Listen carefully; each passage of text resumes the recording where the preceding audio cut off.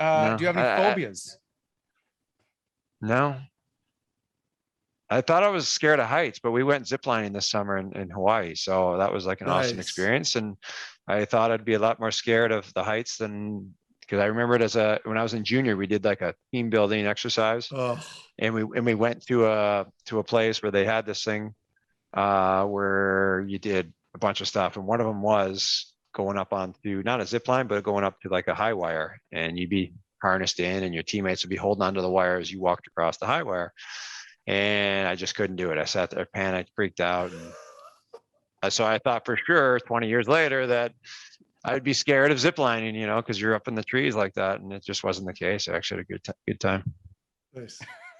Okay, Meth, you don't like team bonding exercises? Is that what I'm getting? No, well, it's just to add to Andy. Because this isn't my interview, of course, but I can relate because I remember the 1 year Hitch. God bless him. I love Hitch, but he brought in a bunch of friggin' Navy SEALs, and we went to this camp outside of Columbus where they had this, like, kind of like when Andy's talking about, like, these huge walls that you had to climb with ropes, and we had to carry these massive tank shells that weighed 90 pounds across like this ravine, and we had to figure out ways to get it right. So you're bagged by the first regular season game, like you're exhausted, and sure as shit we got pumped in that first game. So and the teams prior to us, when Doug McLean was the general manager there, they would go down to Florida, stay at like the Ritz-Carlton in Fort Lauderdale for a few days, relax. And here I am as a rookie, and I'm like looking forward to that.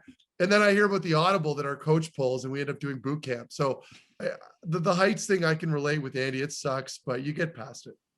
Yeah, we had another experience where we went to West Point for Florida, right? So you got $60 million worth of athletes running through the forest doing these like army team bonding stuff, right? So like it was cool. At the end of the day, like maybe it was the second day, we went and played paintball and stuff. Like yeah, we did that too.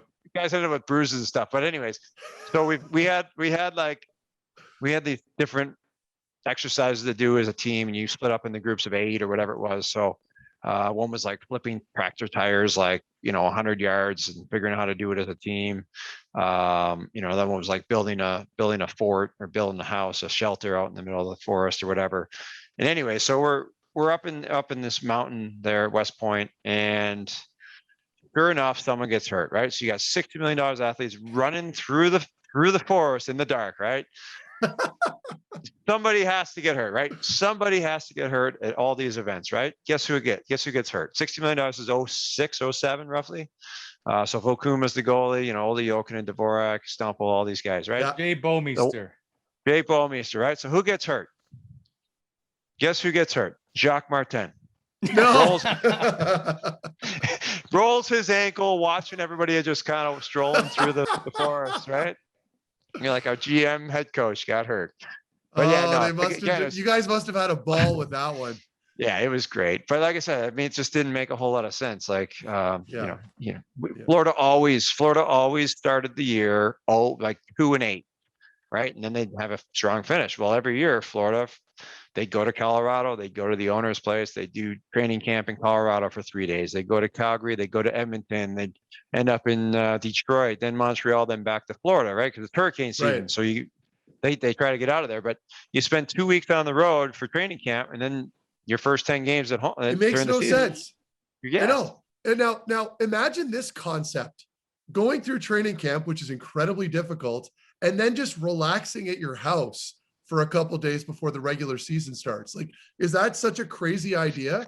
That's why I was always against all that nonsense. Like, I could understand them bringing people into the arena. They did that with Ottawa. I don't know if you remember that, Andy, where they would bring in some people to speak with us a little bit and offer leadership stuff. And that's where you and I discovered we were both very pragmatic people. But otherwise, I mean, it's like, why do you have to go travel somewhere and sleep in a tent for a week when you could, you're playing a physical sport, you're exhausted. And we both hated that 2 days with that team bonding. I hated leadership it. thing. So as much as it was like the lesser of two evils, we still hated it. Yeah. Well, it felt very forced, right? Like, especially when most of the players, and we're all very outspoken guys. So when we do have new players, it's not hard to welcome them in. You're talking to them at the rink every day.